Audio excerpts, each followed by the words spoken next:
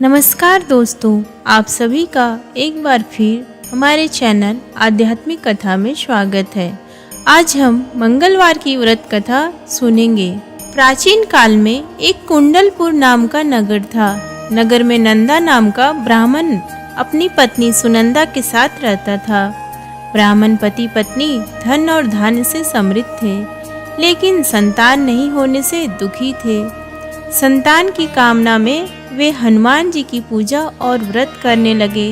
ब्राह्मण देवता जंगल जाते पूजा करने के लिए और ब्राह्मणी घर पर ही प्रत्येक मंगलवार का व्रत करती और शाम को हनुमान जी को भोग लगाती और स्वयं ग्रहण करती थी। एक बार किसी अन्य व्रत के कारण उन्होंने भोजन नहीं बनाया और हनुमान जी को भोग नहीं लगाया, लेकिन उसने यह प्रण लिया कि वह अगले मंगलवार को भगवान जी को भोग लगाने के बाद स्वयं भोजन ग्रहण करेगी। ब्राह्मणी 6 दिनों तक बिना कुछ खाए पिए पड़ी रही और 7वें दिन मंगलवार को वह मूर्छित हो गई। हनुमान जी ने उनकी आस्था और भक्ति को देखकर उन्हें एक बालक दिया जो उनकी सेवा करेगा। बालक को देखकर हनुमान जी अंतर ध्यान हो गए।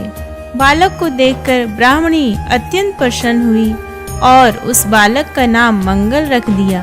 कुछ दिनों बाद जब ब्राह्मण जंगल से लौटकर आया तो उसने देखा उसके घर के आंगन में एक बालक खेल रहा है। तब उसने अपनी पत्नी से पूछा, ये बालक कौन है?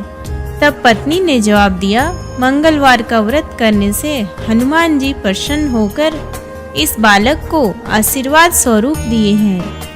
ब्राह्मण देवता को अपनी पत्नी की बात पर भरोसा नहीं हुआ और वह सोचने लगे कि यह जरूर अपना पाप छुपाने के लिए झूठ बोल रही है।